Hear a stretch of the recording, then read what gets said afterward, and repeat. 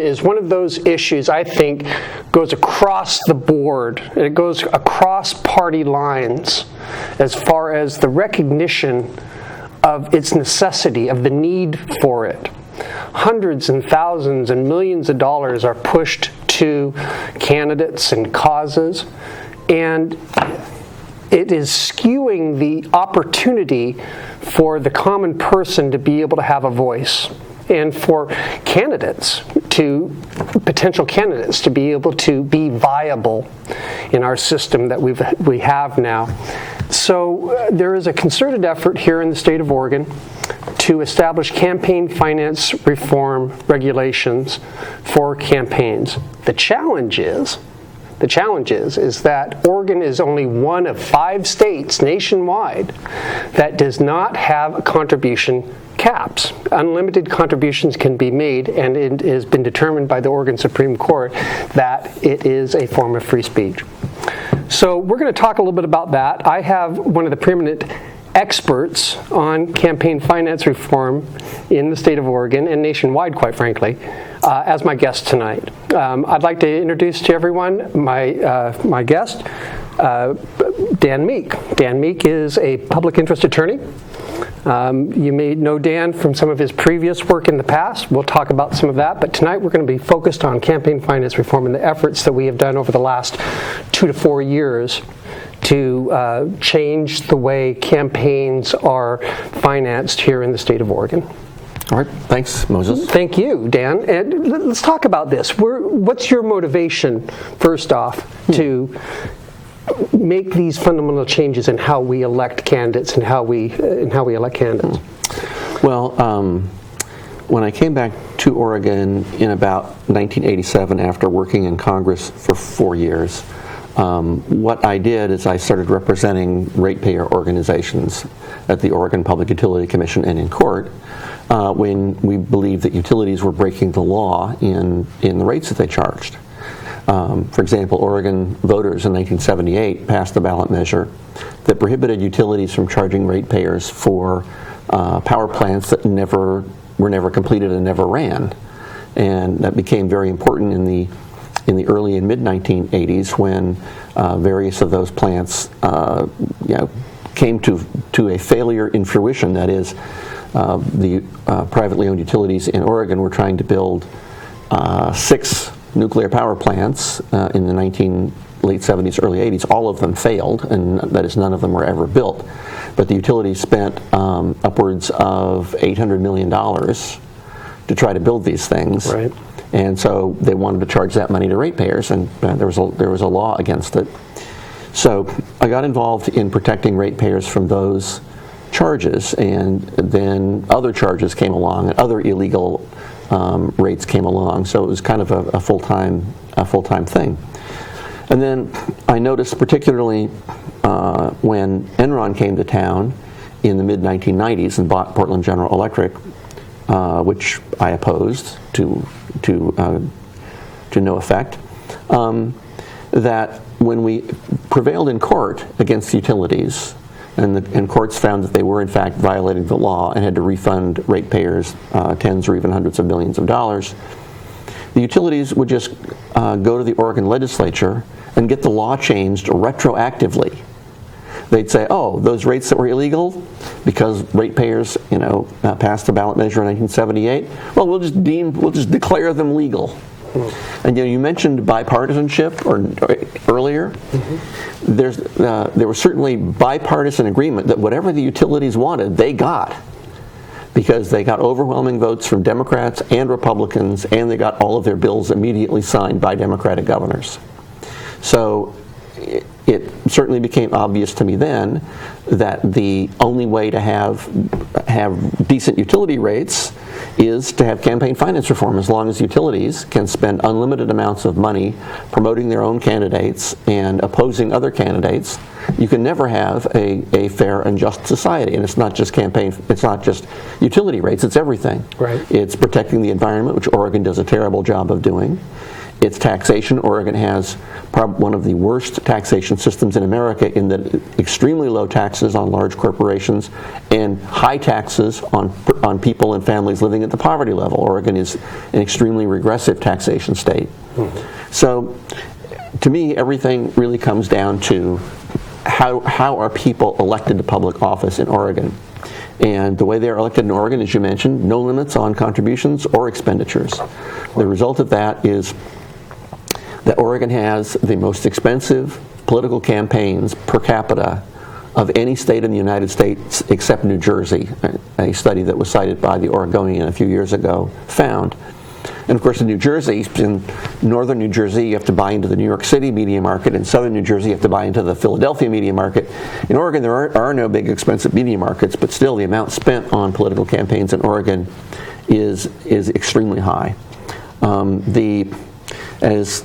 brought some slides with me. Slide 3 indicates there was a large study done, a large state integrity investigation done by the Center for Public Integrity and by Public Radio International. It took several years to do, and they came up with their report in November of 2015. They rated all of the states in various categories of how effective they are in fighting corruption, fighting government corruption. And you can see what Oregon's grades were here. Oregon got an F in public access to information, an F in political financing, an F in executive accountability, an F in procurement, an F in lobbying disclosure, an F in ethics enforcement agencies, and they pulled their best grade, a D- in legislative accountability. So an objective outside look at Oregon's government finds that it has no controls really over corruption, particularly not when it comes to political financing. As chart number 4 indicates, that same study not only rated the states, A through F, on various measures, but also ranked them on these measures. And the ranking for political finance regulation, Oregon ranked 49th out of the 50 states. There's only one state that had a worse system, and that was Mississippi. Wow. So that's what we're facing here in Oregon. And one thing I just want to point out is I'm impressed that it took a hands-on experience of dealing with the legislature, of dealing with a wrong, trying to right a wrong, and seeing the political reality as it was in full guise. There it was, having to try to counteract those millions of dollars. I must commend you on your tenacity, because it seems to me that just given the foundation of what we have here, it must be pretty challenging to go to buck the norm, to try to do something as radical as campaign finance reform. Well, that's true, and it's actually getting worse all the time. I'm not having a great deal of success in Oregon. Just a couple of examples. Chart 11 shows the spending on races for the Oregon legislature since 1996. Right.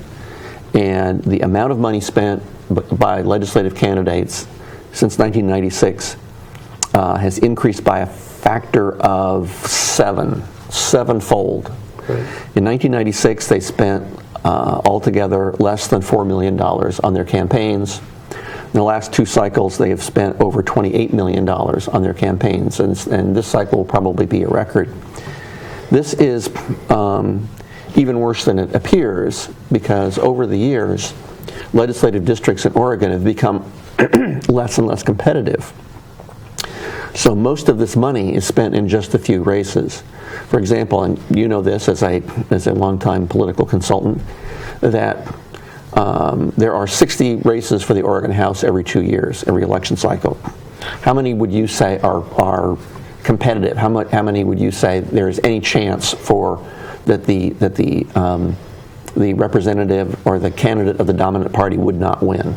Less than 10. About 10 out of 60, right? Yeah. And what about the Senate? There are 15 Senate races every 2 years. How many are competitive? Less than 5. 5 or less. I'd say about 3 usually. Yeah. So in Oregon, because of the way districts are drawn, and it's really mainly because of the way the population sorts itself out.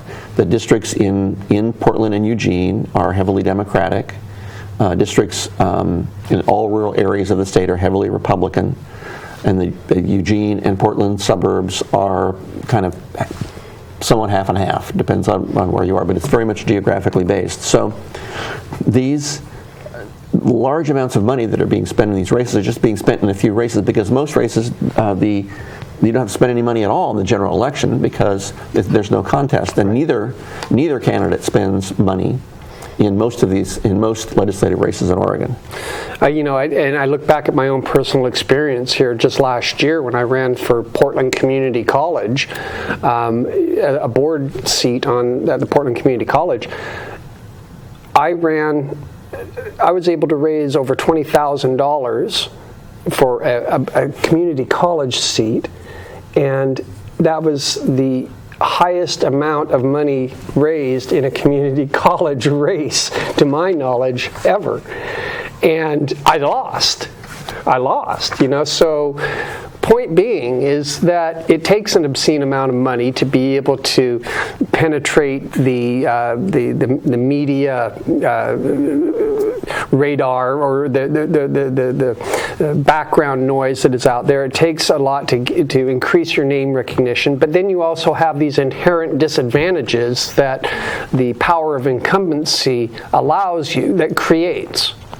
And so it's very challenging for someone like myself, or someone who is a first-time candidate, or even someone who is established, to be able to raise the money that is necessary to be able to have a viable candidacy against an incumbent. There was another study just a few months ago that, I believe it was by the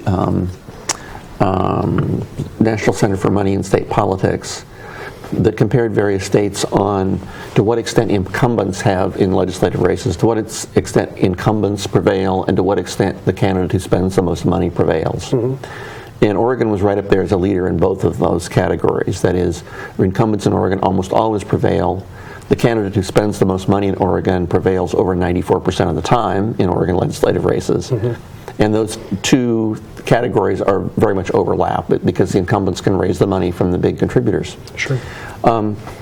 The chart 12 is really kind of shocking, really. This indicates, just in the last few cycles, how much money is spent by the average candidate who is in the top 10 of spenders in these races. And as I indicate, most top 10 is really kind of what matters, because the rest of the races don't spend very much. And this indicates that the high watermark here for the Oregon Senate was in 2014, when the average spending by the top 10 candidates, both winning and losing candidates, mostly winning, was $750,000 for an Oregon Senate seat. And in 2016, the average amount spent by the top 10 candidates for an Oregon House seat was $825,000. Now, an Oregon House seat can be won with 11,000 votes. Divide 11,000 into 825,000. We're talking about $80 per vote. That's amazing to me. Is what's being spent on these campaigns. As someone who is an aspiring politico who has thought about running for a legislative seat, I've received advice from people to the effect of, if you cannot raise $150,000, don't even run, because that's the low water mark for a viable candidate. That's the low water mark if you can only bringing in $150K. So this chart is illustrating the high water mark. So, you can just see the challenge that the common person that has political aspirations, you can see the challenges that they have. If you just want to run for a little Oregon House seat, you're looking at $1 million race. And that is just amazing to me, and especially given the energy and the enthusiasm of late with people running for office. I worry that they come across this financial obstacle course and then realize that it's impossible or they're not going to be able to win. Right. And that discourages good, talented people. Absolutely. From running for office. And so, and I don't want to disparage our legislators, our current representatives, because hey, they got elected. And they've done good things, in my opinion. I mean, there's room for debate on that. But the point is, let's have a debate on that. I know you would, Dan. But the point is that the obscene amounts of money that is required of them to raise to be able to maintain that incumbency. I've had conversations with people that have to sit there and force their candidate. As a political consultant, talking to other political consultants, they have candidates where they have to have at least 2 to 4 hours every single day of calling time just to raise money. And that's time that could be well spent talking to voters, talking to constituents, or thinking about bills rather than just being dictated to by the corporate lobbyists, which is what most of them do. Mm-hmm. Agreed. On the governor's races, of course, we have a governor's race this year. Chart 5 just indicates the similar trajectory in governor's races since 1998. That is increased from about $2 million to over $20 million being spent in governor's races. 2014 was kind of a low number. It wasn't very competitive. And the same for the temporary governor's race in 2016. But this year is expected to break all records in the governor's race as well. Now, does this include outside PAC spending, or No. is this specific? These are figures specific to the campaigns. This is just what the campaigns contributions and / expenditures by the campaigns. It doesn't include outside spending. In Oregon, there isn't much outside spending, and the reason for that, at least up until now, I think there is this year, but in previous years there wasn't much outside spending because there's no reason to do it that way. In other states, people do outside spending in order to get around, in some ways, contribution limits, although in other states they now have requirements that any ads that are funded by outside spending has to identify who's spending the money and the businesses those folks are engaged in, which is something we can talk about a little bit later. But in Oregon, since there's no limits on contribution, the folks who make the big contributions probably earn the most goodwill and credit with the candidate by contributing directly to the candidate and not doing their own outside thing. But this year, I see exactly what you're saying. It's more advantageous for that person to contribute directly to the candidacy of the more gratitude that way. Correct. Okay. And I haven't kept this up to absolute currency. Chart 6 indicates the largest contributors to the Newt Buehler campaign for governor. Some of the largest. I think Phil Knight contributing $500,000 is still the largest. That sure is a big chunk of change. Year. Not unusual in Oregon governor's races, I will tell you. In past Oregon governor's races, quite frequently, timber company executives contribute even more than that, like the Wendt family that runs and owns Geldwind. They will frequently contribute, like Rod Wendt, $400,000, other Wendts, $300,000. So the Wendt family really goes all out. And the other big, huge contributors on this level are typically timber company executives / owners, and the folks who own a medical equipment company in Newburgh. I forget the name. Not Lauren Park. ADEC. Lauren Park? No, not Lauren Parks. A different medical equipment company. The name escapes me off the top of my head. I know exactly what you're saying because he contributed to a gubernatorial candidate the Republican. I know who you're talking about. But the point is, is that people can make very large contributions to gubernatorial campaigns, statewide campaigns, and there is this expectation of equivalency, or would you say, or this expectation of responsiveness? I mean, for Christ's sake, Phil Knight kicked in, what was it, $250,000 to Kitzhaber, John Kitzhaber. And then Kitzhaber immediately calls a special session of the Oregon legislature. So the Oregon legislature passes a bill that purports to bind the whole state contractually for 30 years not change the extremely favorable tax treatment that Nike gets in Oregon. Right. Based upon the single sales factor methodology. So in Oregon there are very obvious quid pro quos going on. Which is an interesting. That's kind of an interesting sidelight. If I might go to chart 24. Oregon also has. Not only is Oregon relatively unique in not having any limits on campaign contributions, it's unique in having a bribery statute that makes political bribery legal. Oh, and just there you go. Never mind. Thank you. And now, bribery happens when a person, as the statute here indicates, offers, confers, or agrees to confer any pecuniary benefit upon a public servant with the intent to influence a public servant's vote, opinion, judgment, action, decision, or exercise of discretion in an official capacity. It's a Class B felony. It's like 5 years in prison. It's $125,000 fine. It's a serious offense, right? But as chart number 26 indicates, Oregon has a giant loophole in the bribery statute. The bribery statute says you commit the crime of bribery if you confer a pecuniary benefit on a public servant, but it defines pecuniary benefit as, look at the bottom, does not include a political campaign contribution. As reported in accordance with ORS Chapter 260. And the courts have now said that it doesn't even have to be reported in accordance with ORS Chapter 260, as long as it's unreported even campaign contribution, that it's not a bribe.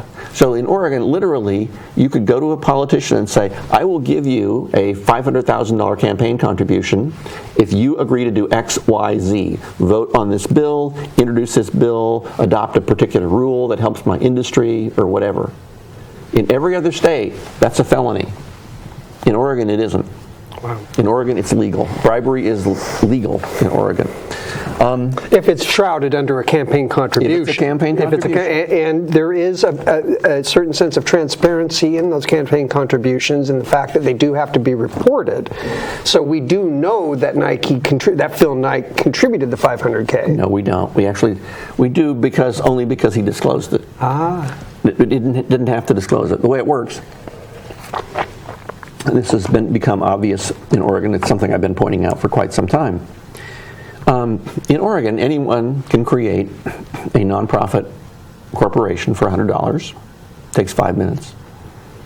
The nonprofit corporation does not have to disclose its directors or officers.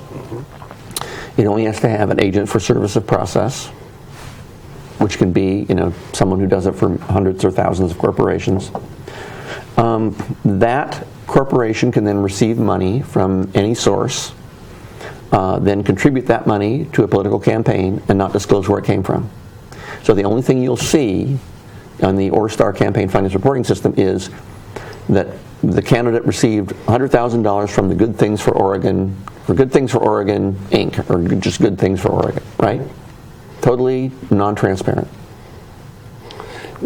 Thus, the need for transparency. Right. And I wanted to make sure that we got some background here as far as the current situation facing voters here in Oregon, so that we understood the challenges facing candidates, first-time candidates, non-establishment type candidates, aspiring politicians, in being able to make a dent into the status quo.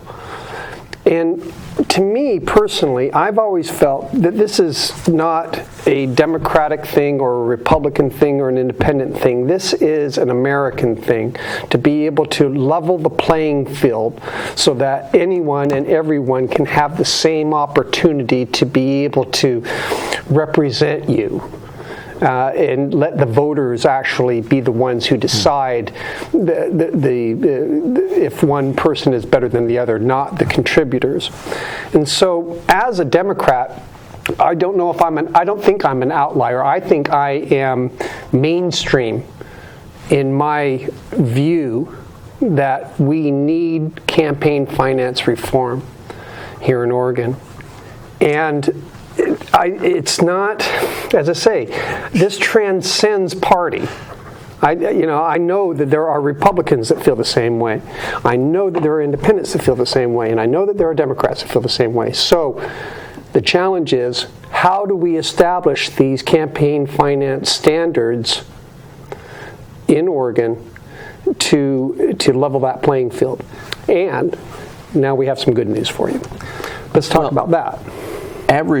Average people agree with you. Average Republicans, Democrats, independents, minor party members certainly agree with you, but the party establishments don't. I mean, keep in mind that the Oregon Democratic Party has controlled both houses with large majorities of the House and Oregon Senate and the governorship for a decade. And have they done anything to limit campaign contributions? Not a thing. Not one thing. Well, and let's face it, there was no incentive for the Republicans when they were in the majority. Right. There's no incentive for the Democrats while they are in the majority. That's right. To enact any kind of real hard campaign finance reform. Now, there are ways that you can chip away at the edges that will contribute to a more healthy democracy, and that's one issue. But the other issue is how do you control the flood of money? How do you regulate that money so it truly represents the people that are hoping to be represented here?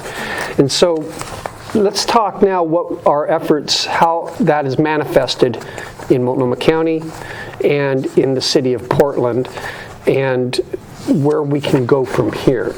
Okay. I would like to be, to have a level playing field here. So at least we should put up chart number 10. Agreed. Pardon me, chart number 9, which are some of the large contributions that Kate Brown has received. Agreed. Since we did it for Newt Bueller. Yeah, can't pick on just one. Yeah, Kate Brown, these are just the contributions, some of the contributions down to $25,000. There are additional pages of this.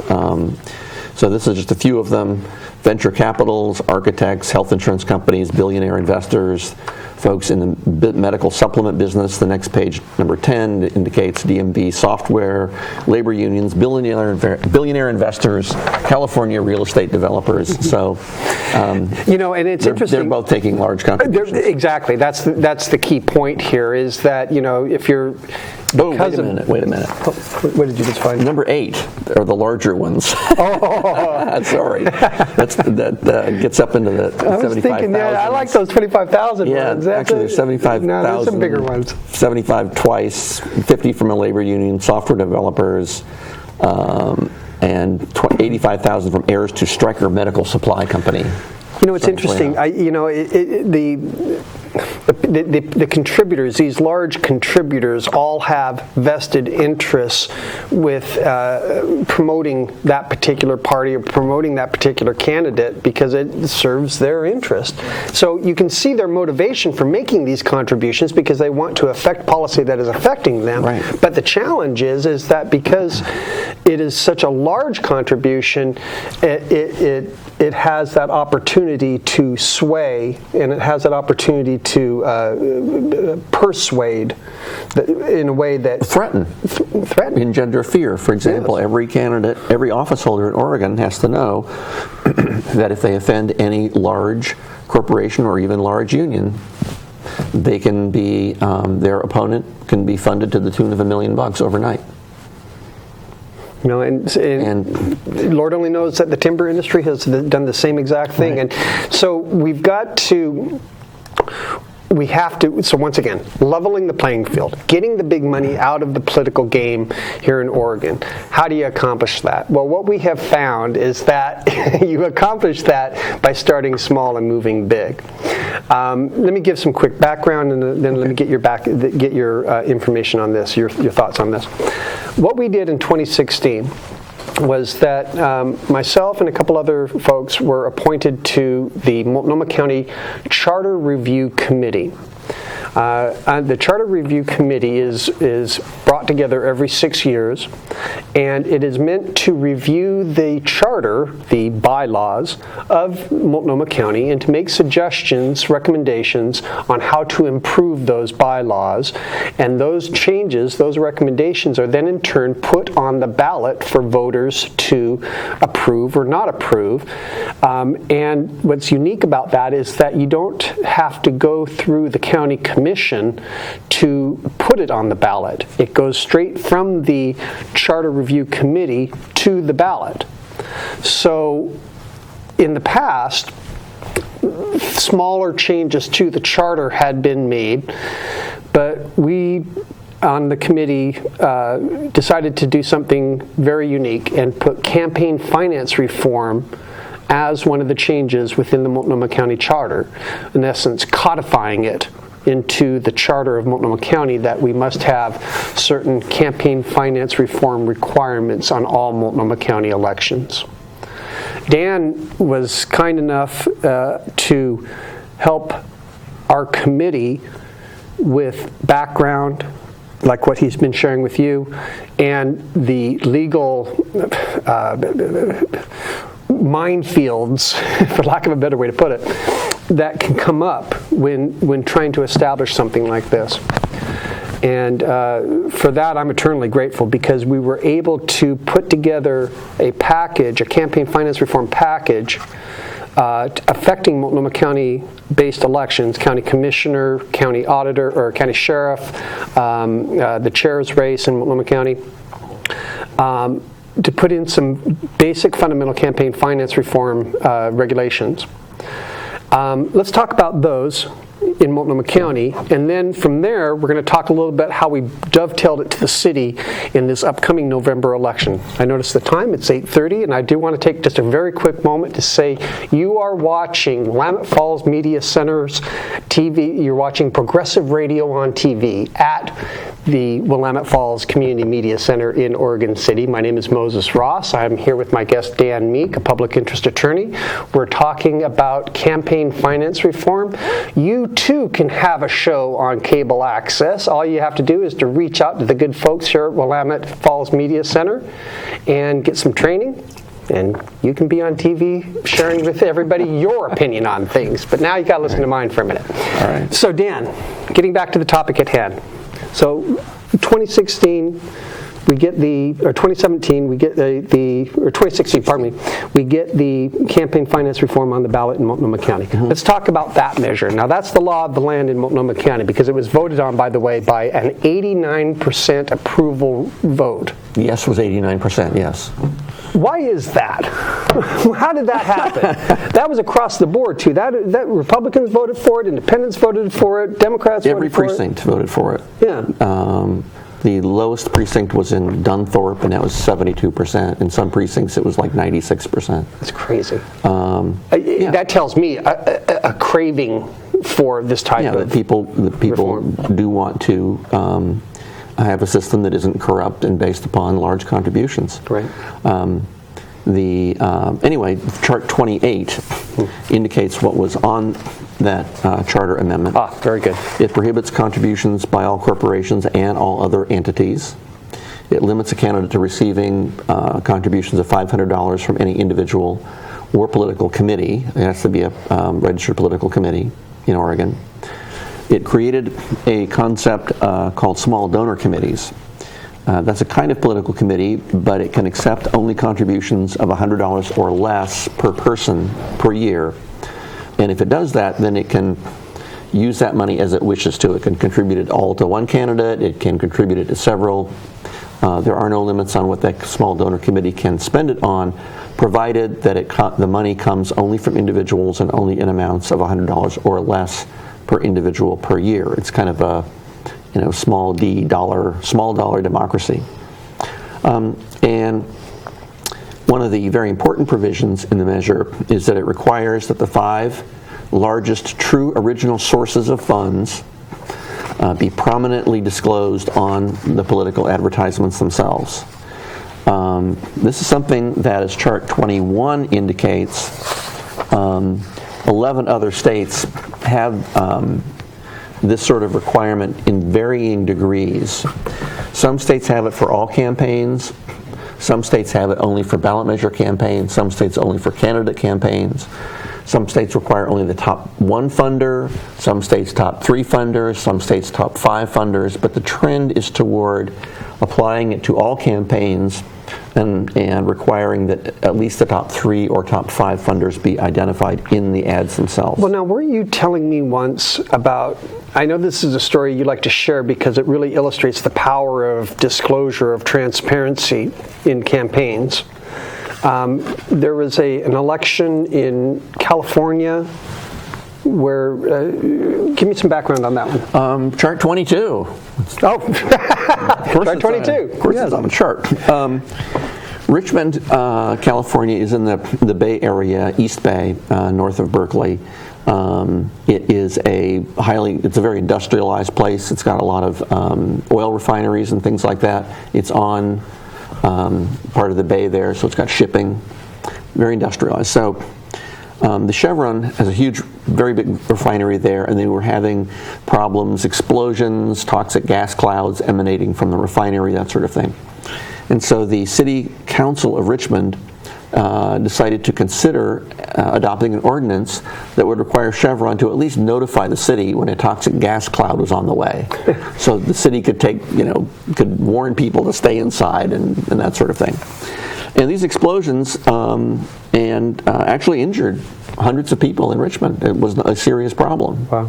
And toxic clouds. So Chevron decided instead, well, I don't think we'll do that. I think instead we'll just take over the city. And so in 2014, they put together their own slate of candidates for all of the city council seats and for the mayorship of Richmond. And they dedicated as chart also 23 indicates, they dedicated $3 million to this in a city of about 100,000 people. They outspent the environmentalist slate that was opposing them by a factor of 50 to 1. Wow. They had billboards, they had large postcards, they had radio, they had TV, they had, virtually unlimited amounts of money that's spent on them. However, California law required that every ad identify its major funder. So every ad somewhere on it had to say, major funder : Chevron Inc. And all of their candidates overwhelmingly lost. That's beautiful. So, it once again, it matters. That's exactly right. Contrast that with the example that Dan gave just a little bit earlier about being able to create a nonprofit, being able to then in turn hide the contributors from that nonprofit, being able to donate that money to a campaign, and no one is the wiser. So it's worse than that in Oregon. Oregon is the worst state in America in terms of requiring disclosure of campaign advertising sources. Before 2001, Oregon had the same law that is in place in every other state that says a campaign ad has to identify who put it on. Mm-hmm. Now, it can be misleading. Obviously, it can just say put on by the Committee for Newt Buehler, the Committee for Kate Brown, or whatever. But the Oregon legislature in 2001, it was a Republican legislature at the time with a Democratic governor, they thought it would be just a great thing to repeal that statute. I opposed the repeal, of course. Well, we'll just repeal it. So Oregon is the only state that doesn't require political ads to be identified in any way whatsoever. You can put a political ad in Oregon and not say anything about who's putting it on. Has that been challenged in the courts? No. Interesting. So, that's a little groan of disgust that just came from me because I recognize the inherent challenge that we have as voters to get all the facts, to better understand who is paying for a particular campaign, pro, con, who's paying for that advertisement. So it seems to me that the disclosure was just a very logical thing to do. I describe the campaign finance reform efforts here that we have done as a three-legged stool. Campaign contribution caps, the idea that you have disclosure, and defining who can contribute. I consider that a three-legged stool. Now, in an ideal situation when it comes to campaign finance reform, in my opinion, you need to have a four-legged stool and include public funding of elections. Mm-hmm. If you had all four of those, then you're going to have a very stable seat. But in lieu of the public funding, because of the challenges in the city of Portland at least, and the bad name that it received because of some experiences in the past, we have the three-legged stool, and it's still nice and stable. So that got passed 89%, November 2016, Multnomah County. Now, what was our next act? What was the next thing to do? Well, we decided that we wanted to take this and apply it to the city of Portland, the biggest city in the state of Oregon. Let's talk about those efforts. Okay, the races for political office in the city of Portland are also getting more expensive because of the lack of limits on contributions. Chart 32 indicates some of the money that has been spent in local races over the past few years. Actually, it's gone down since 2012. In 2012, Charlie Hales spent $1.4 million running for mayor, and his two leading candidates opposing him also spent each over $1 million running for mayor. Are we looking at this particular slide? That's actually slide 34, Marv. Oh, you're right. Slide 34. There we are. Thank you. I've got the wrong numbers on these. Sorry about that. These are amounts spent in local races. Ted Wheeler, about $1 million for mayor. Steve Novick, this is actually an obsolete number. It was well over $600,000 for the county commission. So these numbers are getting up there as well. And as chart number 35 indicates, it should say Ted Wheeler contributions 1. Yes. There we are. His major contributors are public employee unions, timber CEOs, venture capitalists, his mother, and property managers, real estate developers, hotels, in the next one, 36, slide 36, lots of financial firms, hedge fund operators, etc. So all people with an interest in just the average people. Yeah, average people. $10,000. Boom. Right. So we thought it would be a good idea to limit contributions in those races as well, and also require disclosure if large contributions are for any reason made, and because maybe the courts allow them, we can get into that in a minute. Mm-hmm. Is that at a minimum, the sources of those contributions would have to be disclosed in the ads. So chart 29 indicates the Portland City Charter Amendment that will be on the ballot in November. We believe its number will be 26-201 on the ballot. We don't have that official yet, but it is officially qualified for the ballot. It does the same thing that the Multnomah County measure did, basically. Prohibits contributions by corporations and other entities, limits individual contributions to $500 from individuals or PACs, creates the small donor committees that can aggregate individual contributions of $100 or less per person per year, and require that the 5 largest true original sources of funds be prominently disclosed in political advertising. So it takes the Multnomah measure that passed in Portland by 90%, and applies that to City of Portland races. And so after everything is said and done, after this election in November, when this passes, he states optimistically, and I have some basis for that optimism given the 89% approval rating of the Multnomah County measure of similar things. We're going to be able to have applied campaign finance reform, contribution caps, defining who can contribute, and having transparency in our elections, in all elections in Multnomah County and in the city of Portland. Now, this isn't going to affect state races. This isn't going to affect Gresham, the city of Gresham. It will only affect the city of Portland. It will not, and our county. But it's a foothold. It's a start. And I feel very strongly that once we get it established in the major metropolitan area here in Oregon, we can then in turn go to other major metropolitan areas in Oregon, Lane County, Eugene, Salem, and we can do the same sort of a measure down there. And we can just slowly but surely start to affect change on a local level from the grassroots, and then push it up and eventually have it all statewide.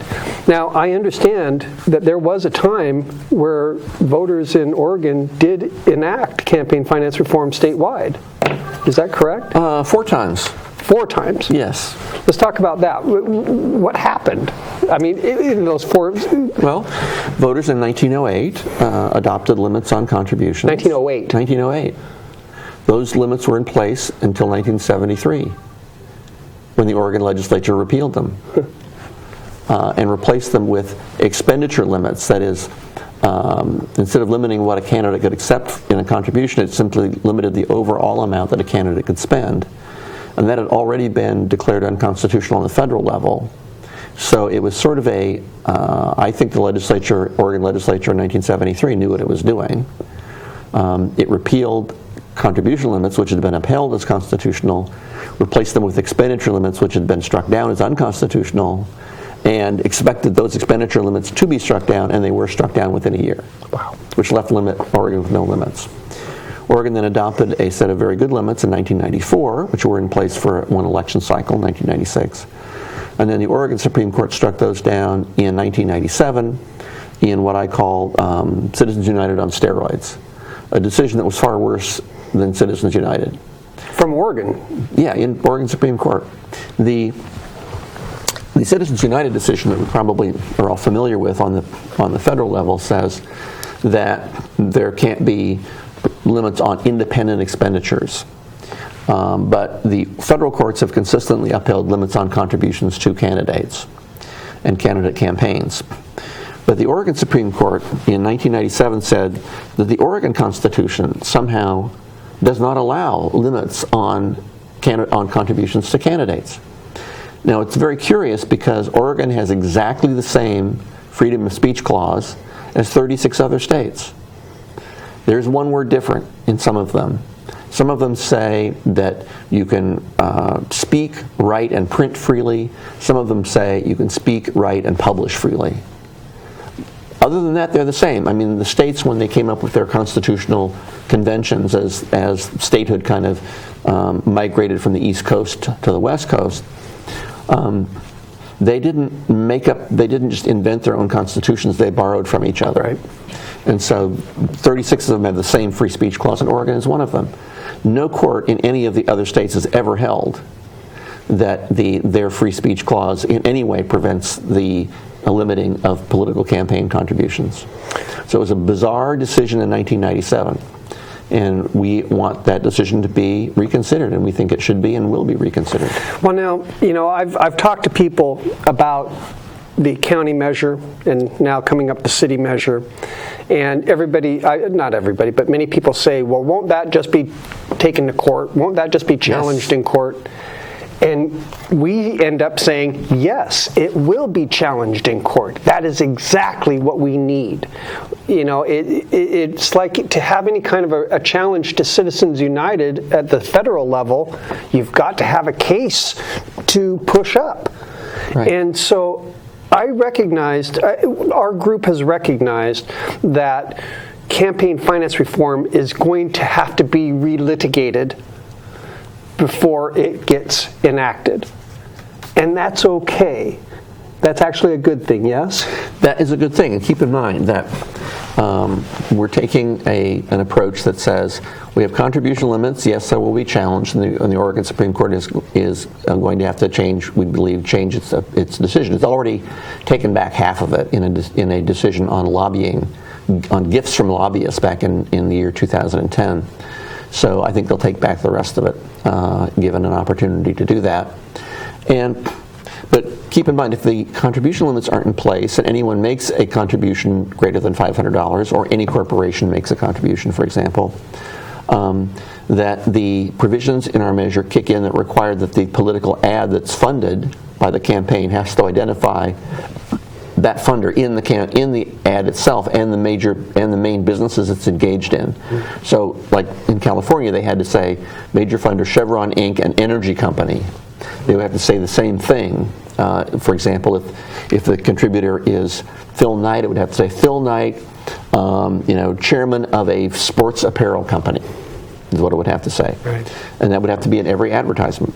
So we have that backup going for us. And it's interesting. I think that I wonder how many of our viewers out there, if they heard an ad or saw an ad or read an ad for a political campaign, and they were able to see who funded that campaign, who funded that advertisement, how it would affect their decision making, how it would affect how they view the message that advertisement is trying to convey. Let me tell you, the corporations and the big spenders know that has a very large effect because they're very much against this. The opposition that we had in the Multnomah County measure, strangely enough, came from the Koch brothers funded group, Center for Competitive Politics. They now call themselves the Free Speech Center. Right. Koch brothers funded the Free Speech Center. Telling the labeling. They are extremely concerned about this. And a curious thing is, now that we've done this in Multnomah County and will do this in Portland and have advocated this on the state level, the Oregon legislature is asking questions of its legislative council. Well, can this be constitutional to require that the funders of ads actually be identified? And so they've got their legislative council saying, oh, that would probably violate the Oregon Constitution also. Right. Of course, no other court, not even the Scalia Court of the U.S. Supreme Court, has ever done that. In fact, one of the strongest decisions upholding what are called disclaimer requirements. Disclaimer is a term that means that you do have to identify where the money's coming from, is Citizens United.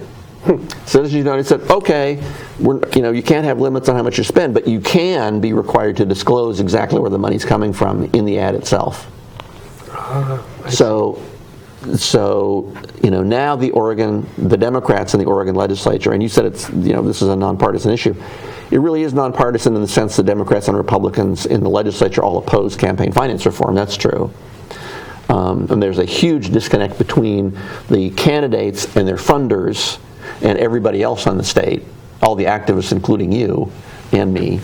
But no, the Democrats are now very, very concerned that all of their campaigns will have to disclose where their money's coming from, and the same for Republicans. And and that's not a bad thing at all. And one thing I have noticed over the last two years, since 2016, even before 2016 a little bit, is this rising tide of activism from the grassroots, and this demanding that we make it a more equitable system, that we allow more, that we do more things like this to even the playing field, to level the playing field. And that's what gives me hope, is that, if we can use campaign finance reform as one of those bridge issues that we all agree on, and we can come to consensus on this, how many other issues out there that we're talking about that are affecting our community as a whole can we find common ground on? I venture to say there's a lot. And so I look at our efforts here with campaign finance reform as a golden opportunity to be able to truly illustrate how we can work in the best interest of the voter. And when we get this passed and we start applying it and get through all the court challenges and everything, we're going to have a more equitable system. And we're going to have more people that truly represent our interests. And I would call it really fighting corruption and fighting the hidden persuaders in government, fighting the reason that decisions are made in Oregon government now. I mean, maybe we'll do another show on how Oregon's environmental policies are extremely retrograde compared to other states like California and Washington. Just one example: Oregon is a dump for dirty diesel engines. Mm-hmm. California and Washington both have banned dirty diesel engines, trucks, and construction equipment, etc. So where do you think all their dirty diesel engines go? They come to Oregon because we don't regulate them. Wow. So Oregon has some of the worst diesel pollution in America. Multnomah County air ranks in the worst 1% of U.S. counties for diesel particulate and the worst 2% for cancer risk in the entire United States. That's amazing. I did not know that. That's just one example. I have many. I can do many shows on this. But just one last chart, and that is chart number 19. 19? This just shows the limits that are in effect on contributions in various states. They are for legislative races. There are as low as $170 in Montana, $250 Connecticut, $200 in Colorado. There are, Kansas. I mean, these are states that you consider to be, extreme right-wing states, but they have limits on contributions. We are supposedly a progressive state, but we are dominated by big money. Right.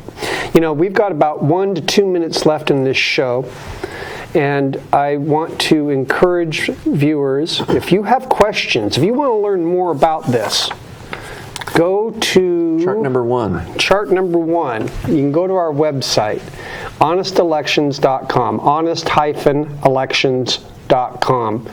Learn about what we have done in Multnomah County, what we're doing in the city of Portland.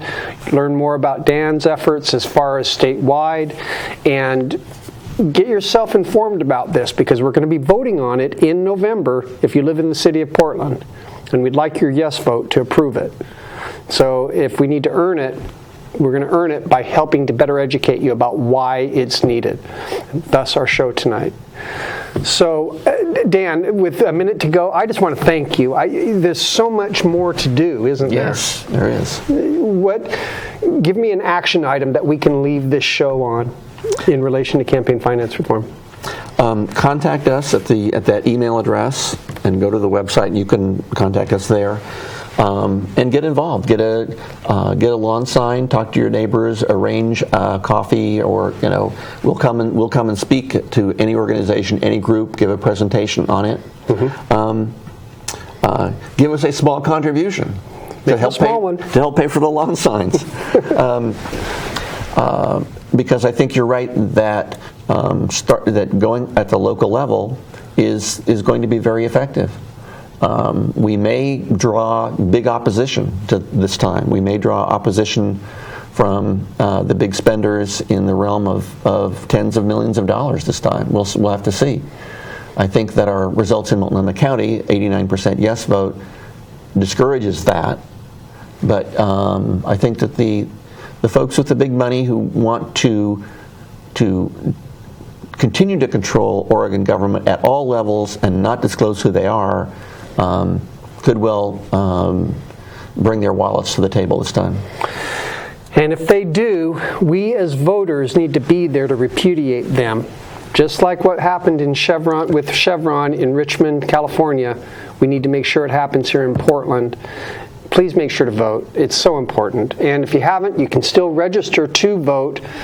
And I'll let you take care of that, but hurry up and do it, because this upcoming election is going to be so important. I mean, not just in Oregon, but nationwide. It's a huge one. But as it relates to what we can do here on a local level to level the playing field, campaign finance reform for the City of Portland elections is a fantastic way to start. So go to our website, honest-elections.com. Learn more about this and how we can make a better democracy. Because fundamentally, that's what we want, isn't it? To be able to have a better democracy that represents us and our needs. And this is how we do it. Thank you for your time tonight, everyone.